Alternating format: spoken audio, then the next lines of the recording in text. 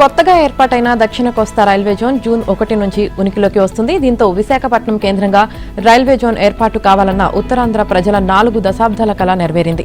June 1 నుంచి దక్షిణ కోస్తా railway zone కార్యకలాపాలు ప్రారంభమవుతాయని మే 5వ తేదీన రైల్వే శాఖ గెజిట్ నోటిఫికేషన్ జారీ చేశారు. ఈ విషయంలో కూటమి ప్రభుత్వం సంపూర్ణ సహకారం అందించింది. శాశ్వత భవనాల నిర్మాణానికి భూమి కేటాయించి అప్పగించడంతో పాటు జోన్ కార్యకలాపాలను నిర్వహించడానికి తాత్కాలికంగా VMRDAకు చెందిన డెక్ భవనంలో 2 అంతస్తులు కేటాయించింది. జోన్కు కేటాయించిన జనరల్ మేనేజర్, ఇతర అధికారులు, కింది స్థాయి ఉద్యోగులు ఇప్పటికే విశాఖ చేరుకున్నారు. కూటమి హయాంలో రైల్వే జోన్ కార్యకలాపాలు ప్రారంభం కావడం చరిత్రాత్మక మైలురాయిగా నిలిచిపోతుందని ముఖ్యమంత్రి చంద్రబాబు పేర్కొన్నారు. ఇక విశాఖపట్నం కేంద్రంగా దక్షిణ కోస్తా రైల్వే జోన్ ఇవాల్టి నుంచి అధికారికంగా ప్రారంభం కానుండడం చారిత్రాత్మక మైలురాయిగా సీఎం చంద్రబాబు అభివర్ణించారు. ఇక ఈ మేరకు ఎక్స్లో పోస్ట్ చేశారు. ఏపీ ప్రజల చిరకాల ఆకాంక్షను నెరవేర్చిన ప్రధాని మోదీ, రైల్వే మంత్రి అశ్విని వైష్ణవ్కు రాష్ట్ర ప్రజల తరపున సీఎం ధన్యవాదాలు తెలిపారు. ఇక తూర్పు తీరంలో కోల్కతా, చెన్నై మధ్య ఉన్న విశాఖలో రైల్వే జోన్ ఏర్పాటు కోసం ఉత్తరాంధ్ర ప్రజలు రాజకీయాలకు అతీతంగా సుదీర్ఘకాలం పోరాడారు.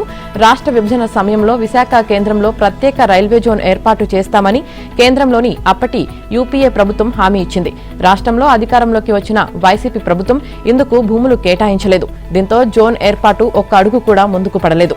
చంద్రబాబు సారథ్యంలో కూటమి అధికారంలోకి వచ్చిన తర్వాత భూమి కేటాయించింది. తాజాగా విడుదల చేసిన గెజిట్లో కొత్త రైల్వే జోన్ పరిధి, అందులోని డివిజన్లు, స్టేషన్లు, రైల్వే లైన్ల నిడివి తదితర వివరాలను పేర్కొన్నారు.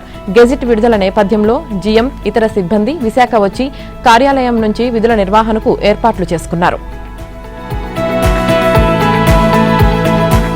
కుల రాజకీయాలను అరికట్టేందుకు ఎవరో ఒకరు బాధ్యత తీసుకోవాలని, లేదంటే ఆ ఆలోచన విధానం ప్రజల్లో అగాధాలు సృష్టిస్తుందని జనసేన అధినేత ఉప ముఖ్యమంత్రి పవన్ కళ్యాణ్ అన్నారు. కులం, మతం, ప్రాంతంతో ముడిపెడుతున్నారని ఆక్షేపించారు.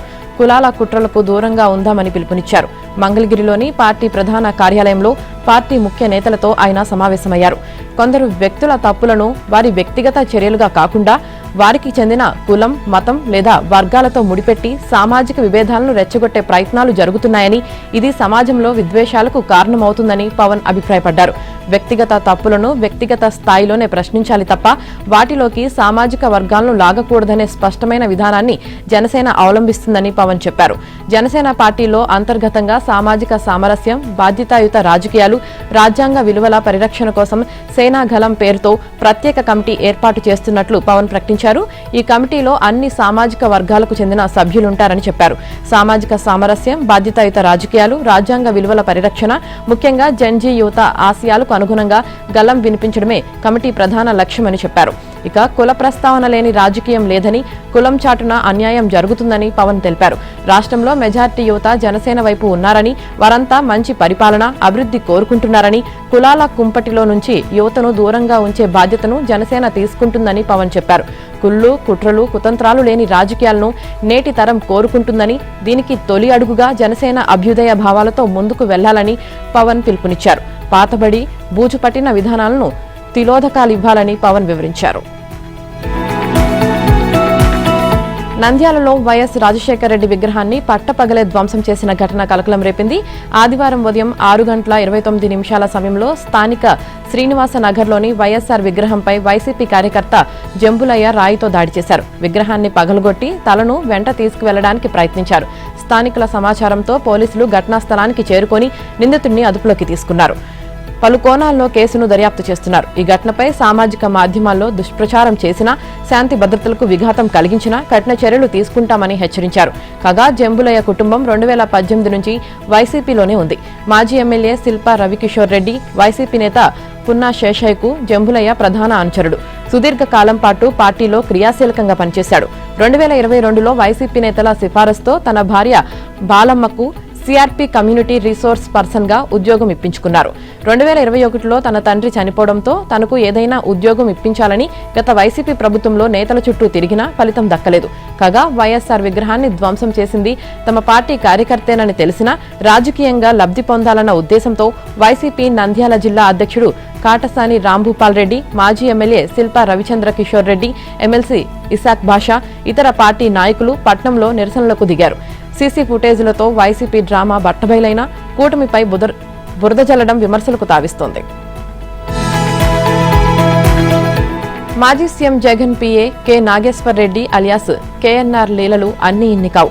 నాడు జగన్ అధికారం అండతో వందల కోట్ల రూపాయల అక్రమాస్తులు పోగేసుకున్న కేఎన్ఆర్ చివరికి కలియుగ ప్రత్యక్ష దైవం శ్రీ వెంకటేశ్వర స్వామి కొలువైన తిరుమల కొండను విడిచిపెట్టలేదు. తిరుమలలో పెట్రోల్ బంకును బినామీ పేరిట పొందాడు. తక్కువ ధరకు స్థలాన్ని లీజుకు తీసుకుని స్వామి ఆదాయానికి నష్టం కలిగించేలా నేటికి లక్షల్లో సొమ్ము చేసుకుంటున్నాడు. పెట్రోల్ బంకు కోసం స్థలాన్ని నెలకు కేవలం 2.20 లక్షల తక్కువ అద్దెతో ఏకంగా 15 ఏళ్ల పాటు నాటి వైవి సుబ్బారెడ్డి అధ్యక్షతన టీటీడీ బోర్డు లీజుకు కట్టబెట్టింది. అందులోనూ ఎలాంటి అద్దె పెంపు లేకుండా మినహాయింపు ఇచ్చింది. తిరుమల కొండపై ఉన్న పెట్రోల్ బంకుల స్థలాలకు, దుకాణాలకు టీటీడీ అద్దె పెంచుతుంది. కానీ కేఎన్ఆర్ కోసం నాటి బోర్డు అన్ని నిబంధనలను తుంగలో తొక్కింది. తిరుమలలో 30 ఏళ్లకు పైగా ఇండియన్ ఆయిల్ కార్పొరేషన్ ఆధ్వర్యంలో ఏఎన్సీ ప్రాంతంలో పెట్రోల్ బంకును నిర్వహిస్తున్నారు. ఈ బంకుకు కేటాయించిన స్థలానికి టీటీడీ నెలకు 4.40 లక్షల జీఎస్టీతో కలిపి అద్దె వసూలు చేస్తుంది. అలాగే ప్రతి 3 ఏళ్లకోసారి రెన్యువల్, ప్రతి ఏటా 3% అద్దె పెంపు వంటి నిబంధనలు పెట్టింది. తమకు తిరుమలలో హెచ్పీసీఎల్ పెట్రోల్ బంకు ఏర్పాటుకు స్థలాన్ని కేటాయించాలని తూర్పుగోదావరి జిల్లాకు చెందిన సత్యనారాయణరావు జగన్ సర్కార్ వచ్చిన వెంటనే విన్నవించుకున్నారు. ఈ క్రమంలో 2019 డిసెంబర్లో అప్పటి TTD board chairman Y V Subbareddy మొదట ఆమోదం తెలిపారు. ఈ వ్యవహారం వెనుక జగన్ పిఏ కేఎన్ఆర్ కీలకంగా వ్యవహరించారనే ఆరోపణలు అప్పట్లో పెద్ద ఎత్తున వచ్చాయి. కేఎన్ఆర్ బినామీగా సత్యనారాయణను పెట్టగా పెట్రోల్ బంక్ నిర్వహణ బాధ్యతలను రామకృష్ణారెడ్డి అనే వైద్యుడు అతడి అనుచరులతో నేటికి నిర్వహిస్తున్నట్లు సమాచారం. ప్రతి నెలా కమిషన్లు వెళ్లిపోతున్నట్లు తెలిసింది. ప్రభుత్వం మారి 2 ఏళ్లు గడుస్తున్నా ఎవరూ పట్టించుకోలేదు. అధికార దర్పంతో 100 కోట్లు అక్రమంగా పోగేసుకున్న Jagan PA K Nageshwar Reddy alias KNR తన ఆస్తుల వివరాలు బయటపడకుండా ఉండేందుకు నానా తంటాలు పడుతున్నాడు. తన బినామీలకు తెగ ఫోన్లు చేస్తున్నాడు. ఈ విషయంలో నోరు మెదపవద్దని, పోలీసులకు ఏదీ చెప్పవద్దని, ఒకవేళ చెబితే రేపు వచ్చేది వైసీపీ ప్రభుత్వమేనంటూ హెచ్చరికలు జారీ చేస్తున్నాడు. 10,000 జీతం తీసుకునే ఈ ఉద్యోగి దేశ విదేశాల్లో 100 కోట్ల రూపాయల ఆస్తులకు ఎదిగిన తీరు, మద్యం వ్యాపారులు మొదలుకొని తాను జగన్ ప్రభుత్వంలో దోచుకున్న సొమ్ము, వైసీపీలో పలువురు నుంచి వసూలు చేసిన డబ్బుల వివరాలు వరుసగా వెలుగు చూస్తుండటంతో ఉక్కిరి బిక్కిరి అవుతున్నాడు. మొదటి రోజు విచారణలో అతడి చిన్ననాటి స్నేహితుడు వైసీపీ అధికార ప్రతినిధి శివశంకర్ రెడ్డి పేరుతో ఉన్న ఆస్తులు బయటపడగా, రెండో రోజు మరో వ్యాపార భాగస్వామి దండా వీరారెడ్డి అలియాస్ లోకేష్ రెడ్డి గుట్టు రట్టయింది. అలాగే కేఎన్ఆర్ భార్య సోదరుడి పేరుతో ఉన్న ఐటీ కంపెనీ, విజయవాడలోని హుండాయ్ కార్ల షోరూంలో సింహభాగం, విశాఖపట్నంలో దందాలు వరుసగా బయటపడ్డాయి. ఈ నేపథ్యంలో ఆయన బినామీలందరిపై సిట్ దృష్టి సారించింది. దీంతో కేఎన్ఆర్ వారికి ఫోన్లు చేసి విచారణలో పోలీసులు ఏమడిగినా చెప్పొద్దని చెబుతున్నట్లు తెలిసిందే. ఎవరైనా భయంతో కాదంటే మళ్లీ అధికారంలోకి వచ్చేది వైసీపీ ప్రభుత్వమే, జాగ్రత్త అని హెచ్చరిస్తున్నట్లు సిట్ అధికారులు పసిగట్టారు. KNR, Putta Shankar Reddy, Lucky Hyundai భాగస్వామి ఉస్మాన్ ఆడిటర్లు ఇచ్చిన వివరాలను పరిశీలించాక సోమవారం విచారణకు రావాలని పలువురికి సిట్ నోటీసులు జారీ చేసింది. ఇవాళ కేఎన్ఆర్, పుత్తా శంకర్ రెడ్డి సహా 8 మందిని ప్రశ్నించనున్నట్లు సమాచారం. కాగా పలువురు కేఎన్ఆర్ బాధితులైన వైసీపీ నేతలు సహా జగన్ పిఏ భాగోతాన్ని పోలీసులకు చెప్పనున్నట్లు సమాచారం. వైఎస్ఆర్ విగ్రహ ధ్వంసం ఘటనలో వైసీపీ కుట్రలు బయటపడుతున్నాయి. ఈ విషయంపై మంత్రి లోకేష్ ఎక్స్ వేదికగా స్పందిస్తూ జగన్ ఎన్నిసార్లు దొరికిపోయినా చిల్లర రాజకీయాలు ఆపరా అని ప్రశ్నించారు. రాష్ట్రంలో శాంతి భద్రతలకు విఘాతం కలిగించేందుకు వైసీపీ కార్యకర్తలను రంగంలోకి దింపారని మండిపడ్డారు. విగ్రహాన్ని ధ్వంసం చేసిన జంబులయ్య వైసీపీ కార్యకర్త అని లోకేష్ పేర్కొన్నారు. విగ్రహాన్ని జంబులయ్య ధ్వంసం చేస్తున్న వీడియోను ట్యాగ్ చేశారు. వైఎస్ఆర్ విగ్రహం ధ్వంసం ఘటనపై మంత్రులు బీసీ జనార్దన్ రెడ్డి, ఎన్ఎండి ఫరూక్ స్పందించారు. రానున్న స్థానిక ఎన్నికల్లో లబ్ధి కోసమే వైసీపీ డ్రామాలాడుతుందని విమర్శించారు. నిందితుడు జంబులయ్య ముమ్మాటికి వైసీపీ అభిమాని అని స్పష్టం చేశారు. రోడ్లపై ట్రాఫిక్తో ఇబ్బందులు పడుతున్న నగర ప్రజలకు త్వరలోనే ఎయిర్ ట్యాక్సీలు అందుబాటులోకి రానున్నాయి. ట్రాఫిక్ కష్టాలకు చెక్ పెట్టేలా మానవరహిత ఎలక్ట్రిక్ ఎయిర్ ట్యాక్సీలను అందుబాటులోకి తీసుకువచ్చేందుకు గుంటూరుకు చెందిన మాగ్నమ్ వింగ్స్ సంస్థ సన్నాహాలు పూర్తి చేసింది. అత్యాధునిక సాంకేతికతతో రూపొందించిన V2 2.0 ఎలక్ట్రిక్ ఎయిర్ ట్యాక్సీ నమూనాలను సిద్ధం చేసినట్లు ఆ సంస్థ ప్రకటించింది. ప్రపంచవ్యాప్తంగా వేగంగా విస్తరిస్తున్న అర్బన్ ఎయిర్ మొబిలిటీలో భాగంగా ఈ ప్రాజెక్టును అభివృద్ధి చేస్తున్నట్లు ఈ సంస్థ తెలిపింది. ఈ సంస్థ అభివృద్ధి చేస్తున్న ఎయిర్ ట్యాక్సీలకు పైలట్ లేదా డ్రైవర్ అవసరం లేదు. Artificial intelligence, sensor technology, GPS navigation, auto pilot control వ్యవస్థలతో ఇవి పనిచేస్తాయని సంస్థ వెల్లడించింది. ఇక ప్రయాణికుడు గమ్యస్థానాన్ని ఎంపిక చేసుకుంటే చాలు, మిగతా మొత్తం ప్రయాణాన్ని సిస్టమ్ స్వయంగా నిర్వహిస్తుందని తెలిపింది. నగరాల్లో రోజురోజుకు పెరుగుతున్న ట్రాఫిక్ సమస్యలకు ఇది పరిష్కారంగా మారవచ్చని నిపుణులు భావిస్తున్నారు. రోడ్లపై గంటల తరబడి సాగే ప్రయాణాన్ని గాల్లో కేవలం 30 నుంచి 45 నిమిషాల్లో పూర్తి చేయవచ్చని సంస్థ తెలిపింది. ముఖ్యంగా అత్యవసర సేవలు, కార్పొరేట్ ప్రయాణాలు, మెడికల్ ఎమర్జెన్సీలో ఇవి కీలకం కానున్నాయి. టీటీడీ ట్రస్టుల్లో శ్రీ వెంకటేశ్వర ఆపన్న హృదయ పథకానికి ఆదరణ పెరుగుతుంది. 1,00,000 విరాళం అందిస్తే 5గురికి వీఐపీ బ్రేక్ దర్శనం ఒకసారి మాత్రమే కల్పిస్తున్న నేపథ్యంలో భక్తులు ఆసక్తి చూపుతున్నారు. శ్రీ వెంకటేశ్వర ప్రాణదానం ట్రస్ట్ ఆధ్వర్యంలో నవజాత శిశువులు, చిన్నారులకు ఉచిత గుండె శస్త్రచికిత్సలు నిర్వహించేందుకు అవసరమైన నిధులను దాతల ద్వారా సమీకరించేందుకు టీటీడీ 2022లో శ్రీ వెంకటేశ్వర ఆపన్న హృదయ పథకాన్ని ప్రారంభించింది. ఈ పథకానికి విరాళాలు ఇచ్చే దాతలకు టీటీడీ ప్రత్యేక ప్రయోజనాలు కల్పిస్తుంది. శ్రీ పద్మావతి చిన్నపిల్లల సూపర్ స్పెషాలిటీ ఆసుపత్రి నిర్వహణ కోసం 1 కోటి విరాళమిచ్చే దాతలు ఇప్పటికే ఎస్పీ ప్రాణదానం ట్రస్టు ద్వారా లభించే ప్రత్యేక సదుపాయాలను అందుకుంటున్నారు. అలాగే వైద్య పరికరాల కొనుగోలు, ఆసుపత్రి నిర్మాణం కోసం ఎక్కువ విరాళాలు ఇచ్చేవారికి కూడా టీటీడీ ప్రివిలేజెస్ ఇస్తోంది. ప్రస్తుతం ఒక చిన్నారి గుండె శస్త్రచికిత్సకు అవసరమయ్యే మందులు, శస్త్రచికిత్స పరికరాలు, ఇంప్లాంట్ల కోసం సుమారు ₹1,00,000 ఖర్చు అవుతుంది. ఈ క్రమంలో ఈ మొత్తాన్ని వ్యక్తులు, సంఘాలు లేదా కార్పొరేట్ సంస్థలు విరాళాలు అందించవచ్చు. ఎస్వి ఆపన్న హృదయ పథకానికి 1,00,000 విరాళమిస్తే మరుసటి రోజున 5గురు భక్తులకు ఒకసారి వీఐపీ బ్రేక్ దర్శనాన్ని కల్పిస్తారు. ₹1,00,000 విరాళంతో పాటు టికెట్ ధర 2,500 కూడా చెల్లించాల్సి ఉంటుంది.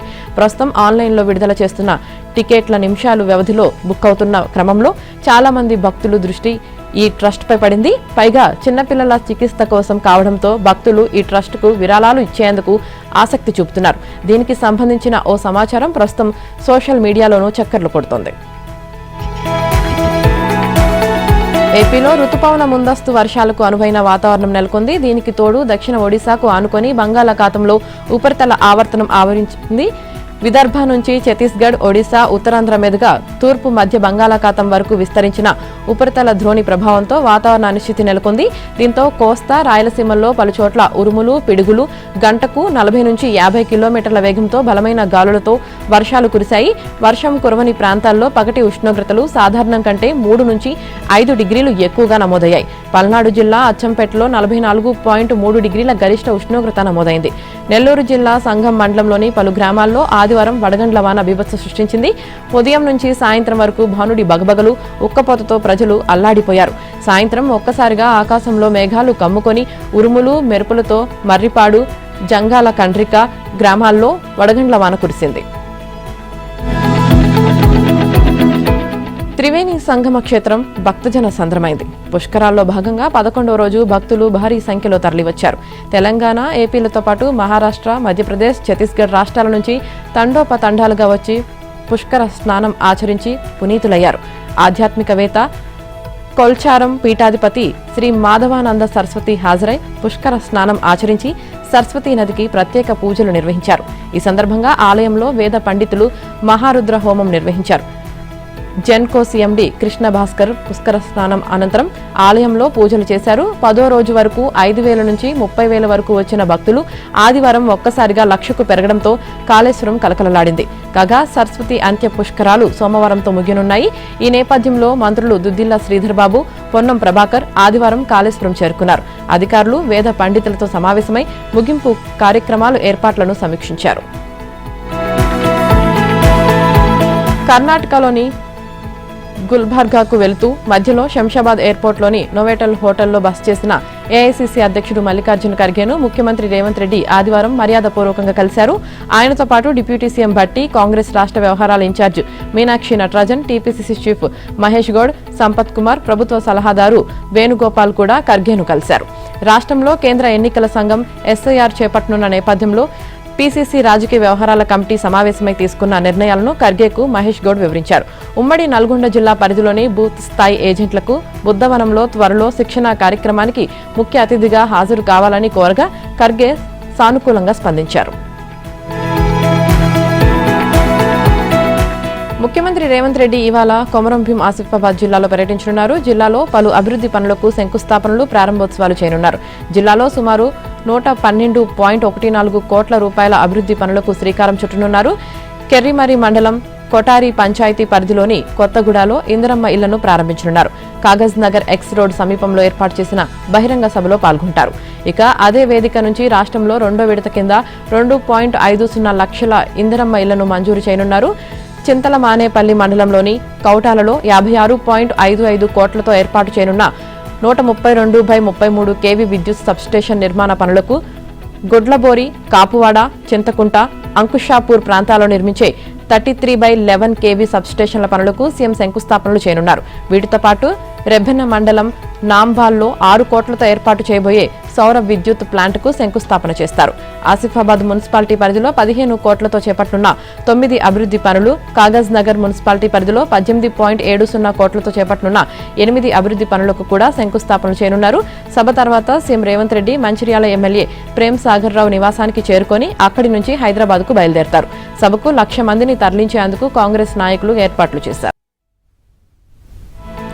10 ఏళ్ల పాటు కేటీఆర్ రాజులా విర్రవీగారని, అమెరికా నుంచి నేరుగా వచ్చి స్థానిక నేత మహేందర్ రెడ్డి టికెట్ లాక్కొని ఎన్ఆర్ఐ కోటాలో తెలంగాణలో పోటీ చేశారే తప్ప ఆయనకు ప్రజాస్వామ్యంపై అవగాహన లేదన్నారు. ప్రస్తుత సీఎం రేవంత్ రెడ్డి స్థానిక సంస్థల ఎన్నికల నుంచి సీఎం స్థాయి వరకు ఒక్కో మెట్టు ఎక్కుతూ మెరిట్ కోటాలో ప్రజాదరణ ఈ స్థాయికి వచ్చారని మంత్రి అడ్లూరి లక్ష్మణ్ కుమార్ స్పష్టం చేశారు. 10 ఏళ్ల బీఆర్ఎస్ హయాంలో ఒక్క గురుకుల పాఠశాలకైనా సొంత భవనాన్ని నిర్మించినట్లు నిరూపిస్తే తాను దేనికైనా సిద్ధమన్నారు. వారి హయాంలో గురుకులాల సంఖ్యను పెంచి మౌలిక వసతులను గాలికొదిలేశారని అడ్లూరి విమర్శించారు. గత ప్రభుత్వంలో ఏర్పాటైన గురుకులాలన్నీ నేటికి అద్దె భవనాల్లో మగ్గుతున్నాయని మంత్రి ఆగ్రహం వ్యక్తం చేశారు. తాము అధికారంలోకి వచ్చిన తర్వాతే గురుకులాల్లో డైట్ ఛార్జీలు పెంచామని, సరైన వసతులు కల్పిస్తున్నామని తెలిపారు.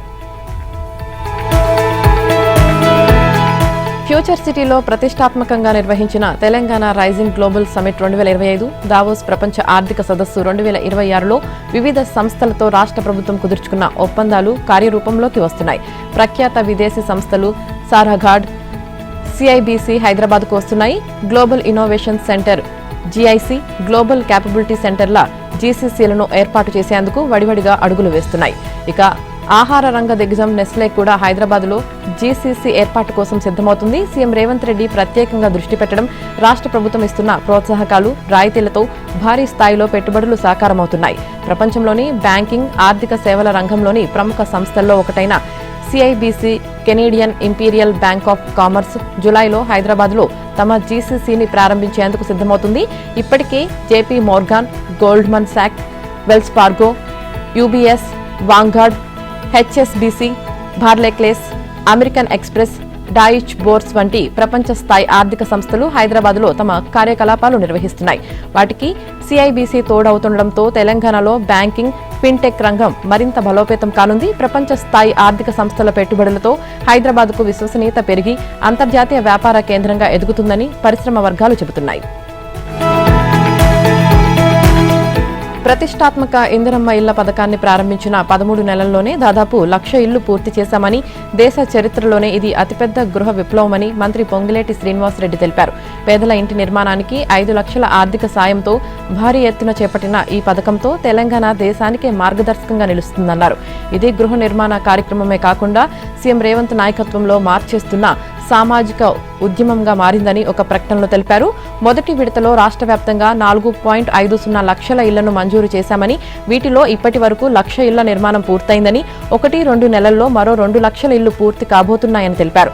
ఆసిఫాబాద్ జిల్లా కెర్రిమర్రి మండలంలోని కొటారి గ్రామంలో రెండో విడత కింద 2.50 లక్షల ఇళ్లను సీఎం రేవంత్ ప్రారంభించనున్నట్లు మంత్రి తెలిపారు. అనంతరం కొత్తగూడలో సామూహిక గృహప్రవేశంలో సీఎం పాల్గొంటారని తెలిపారు. 2026-27 ఆర్థిక సంవత్సరానికి సంబంధించి క్యూఆర్ పరిధిలో 1,00,000 ఇళ్ల మంజూరుకు పరిపాలనా అనుమతులు ఇచ్చామన్నారు.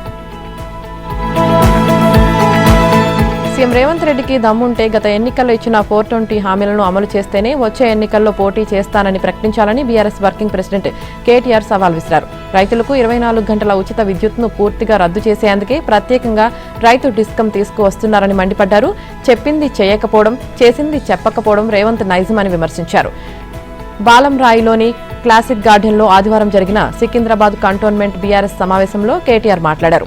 ప్రజలు రేవంత్ మోసపూరిత హామీలను నమ్మి ఇప్పుడు బాధపడుతున్నారన్నారు. 6 లక్షల ఇందిరమ్మ ఇల్లు ఇస్తామని పొంగిలేటి ప్రకటించారని, 6 మందికి ఇచ్చినట్లు నిరూపించినా రాజీనామా చేస్తానని కేటీఆర్ సవాల్ విసిరారు. తాను బీఆర్ఎస్లోనే రాజకీయ ప్రస్థానం ప్రారంభించానని, ఇకపై తన ప్రయాణమంతా కేసీఆర్తోనే కొనసాగుతుందని మాజీ మంత్రి బీఆర్ఎస్ ఎమ్మెల్యే హరీష్ రావు స్పష్టం చేశారు. ఇప్పటికే ఈ విషయం 100 సార్లు చెప్పానని, ఇంకా ఎన్నిసార్లైనా ఇదే మాట చెబుతానని అన్నారు. ఆదివారం సిద్దిపేటలో విలేకరుల సమావేశంలో ఆయన మాట్లాడారు. తన గురించి మాట్లాడే నైతిక హక్కు సీఎం రేవంత్ రెడ్డికి లేదని అన్నారు. పూటకో పార్టీ మారినట్లు 4 పార్టీలు తిరిగిన చరిత్ర ఆయనకే ఉందని ఎద్దేవా చేశారు. సీఎం రేవంత్ ఎన్నికల్లో ఇచ్చిన హామీలన్నీ అబద్దాలు అయినట్లుగాని, తన గురించి మాట్లాడిన ప్రతి మాట కూడా పచ్చి అబద్దమని హరీష్ అన్నారు. రేవంత్ తన ఇంటి పేరును అబద్దాల రేవంత్ గా మార్చుకోవాలని సూచించారు. రైతులకు 24 గంటల పాటు ఉచిత విద్యుత్ ఇస్తామని చెప్పి ఆర్పీడీసీఎల్ డిస్కంను ఏర్పాటు చేయడం సీఎం రేవంత్ తీసుకున్న తుగ్లక్ నిర్ణయమని విమర్శించారు. రైతు డిస్కం పరిధిలోకి లిఫ్ట్ ఇరిగేషన్, మిషన్ భగీరథ, సాగునీరు, తాగునీటి ప్రాజెక్టులను తేవడం రాష్ట్ర వ్యవసాయానికి పెద్ద శాపమని అన్నారు. తెలంగాణ వ్యవసాయానికి రేవంత్ రెడ్డి రైతు డిస్కం ద్వారా ఉరితాడు బిగించడానికి సిద్ధమయ్యారని ఆరోపించారు. 2.5 డిస్కంలకు 25,284 కోట్ల బకాయి పడ్డారని తెలిపారు. సూర్యుడు ఉన్నప్పుడే సోలార్ విద్యుత్ ఉత్పత్తి అవుతుందని, మిగతా సమయంలో వ్యవసాయాన్ని, సాగునీటి ప్రాజెక్టులను, మిషన్ భగీరథను చీకట్లో ముంచుతారా అని ప్రశ్నించారు. ఆర్పీడీసీఎల్ ఏర్పాటును విరమించుకోకుంటే రాష్ట్రంలో మరో విద్యుత్ ఉద్యమాన్ని చేపడతామని హరీష్ రావు హెచ్చరించారు.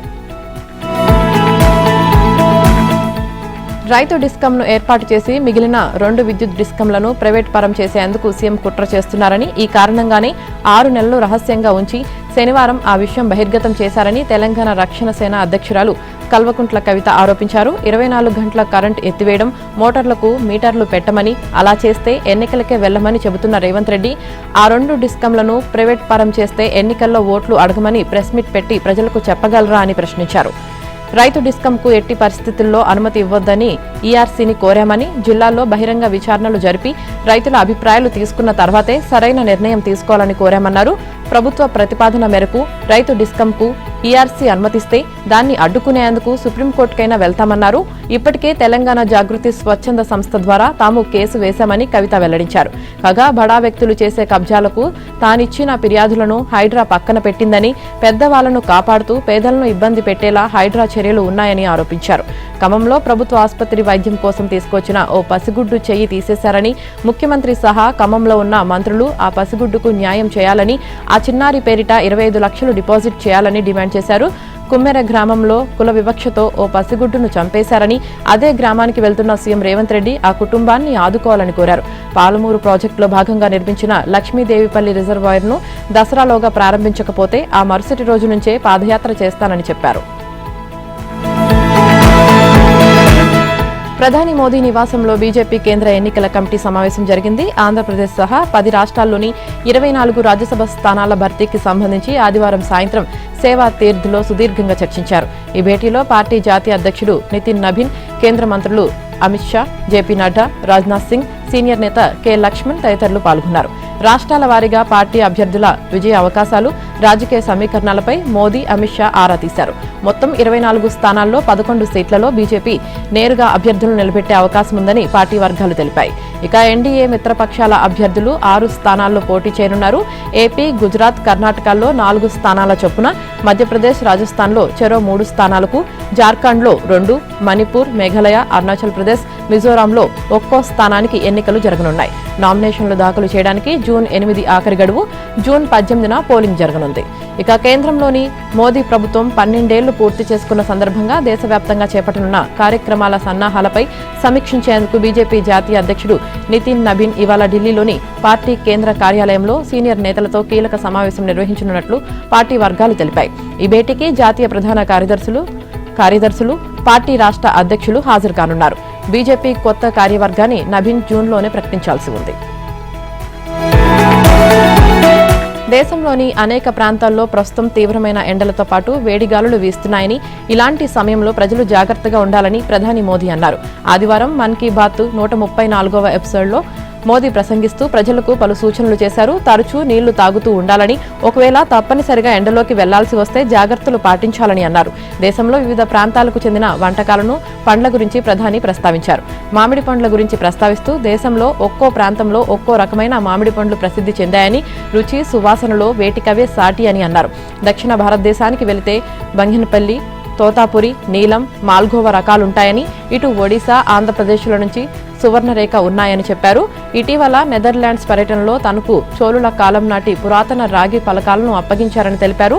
ఆ ఫలకాలు చోళుల విజయాలను, వారి సముద్ర శక్తిని, ఆగ్నేయ ఆసియా దేశాలతో వారి సంబంధాలను వెల్లడిస్తాయని తెలిపారు.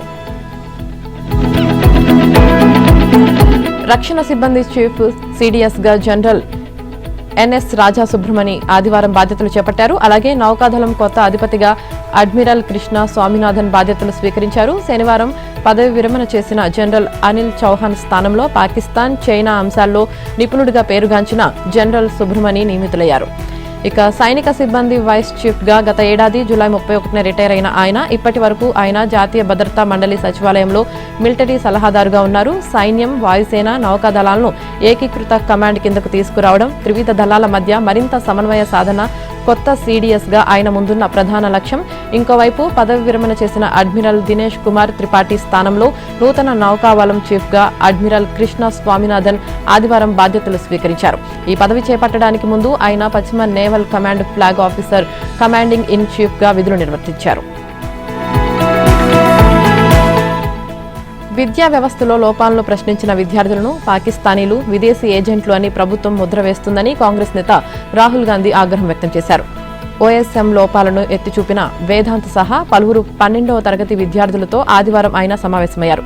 తనతో దేశ వ్యతిరేక సోరోస్ ఏజెంట్లతో మాట్లాడానని ఎక్స్లో ఆయన వ్యంగ్యంగా పోస్టు పెట్టారు. ఇక సిబిఎస్ఈ తప్పులను వేదాంత్, అతడి స్నేహితులు ధైర్యంగా ప్రశ్నించారని ప్రశంసించారు. నీట్ పేపర్ లీక్ మోదీ సర్కార్ విద్యార్థుల జీవితాలను నాశనం చేసిందని ఆరోపించారు. ప్రధాని మోదీకి మన్ కీ బాత్లో మామిడి పళ్ల గురించి మాట్లాడేంత సమయం ఉంది, కానీ 18.5 లక్షల మంది విద్యార్థుల సమస్యలపై మాట్లాడే సమయం లేకపోయిందని మండిపడ్డారు. నేపాల్ కూడా భారత భూభాగాల్ని ఆక్రమించిందని పేర్కొంటూ ఆ దేశ నూతన ప్రధాని భాలేంద్ర షా మరో వివాదానికి తెరతీశారు. నేపాల్ పార్లమెంట్లో భారత్తో సరిహద్దు వివాదంపై ఆదివారం సభ్యుల ప్రశ్నలకు సమాధానమిస్తూ ఈ మేరకు వ్యాఖ్యానించడం విశేషం. నేపాల్, భారత్ల మధ్య కాలాపాని, లిప్ లేక్, లింపి ఎదురుల విషయమై చాలా కాలంగా సరిహద్దు వివాదం కొనసాగుతుంది. భాలేంద్ర షా ఈ వివాదంపై నేపాల్ పార్లమెంట్లో మాట్లాడుతూ ఈ విషయం తనకు ఇటీవలే తెలిసిందని, భారత్ మాత్రమే నేపాల్ భూభాగాల్ని ఆక్రమించలేదని, నేపాల్ కూడా అదే పని చేస్తుందన్నారు. అనేక చోట్ల భారత భూభాగాల్ని ఆక్రమించిందన్నారు. రెండు దేశాలు ఈ ఆక్రమణలను అధ్యయనం చేసి స్నేహపూర్వకంగా పరిష్కరించుకోవాల్సి ఉందంటూ భాలేంద్ర షా చెప్పారు. అలాగే భారత్తో సరిహద్దు వివాదం బ్రిటిష్ ప్రభుత్వం ఈ ప్రాంతాన్ని విడిన నాటి నుంచి ఉన్నందువల్ల బ్రిటన్తోనూ సంప్రదించినట్లు ఆయన వివరించారు. నేపాల్ ప్రధాని వ్యాఖ్యలు వివాదానికి దారితీశాయి. ఐపీఎల్ 19 సీజన్ విజేతగా రాయల్ ఛాలెంజర్స్ బెంగళూరు నిలిచింది. అహ్మదాబాద్ వేదికగా జరిగిన ఫైనల్లో గుజరాత్పై ఆ జట్టు 5 వికెట్ల తేడాతో నెగ్గి వరుసగా రెండోసారి టైటిల్ సాధించింది. 156 పరుగుల లక్ష్యంతో బ్యాటింగ్కు దిగిన బెంగళూరు 18 ఓవర్లలో 5 వికెట్లు కోల్పోయి లక్ష్యాన్ని ఛేదించింది.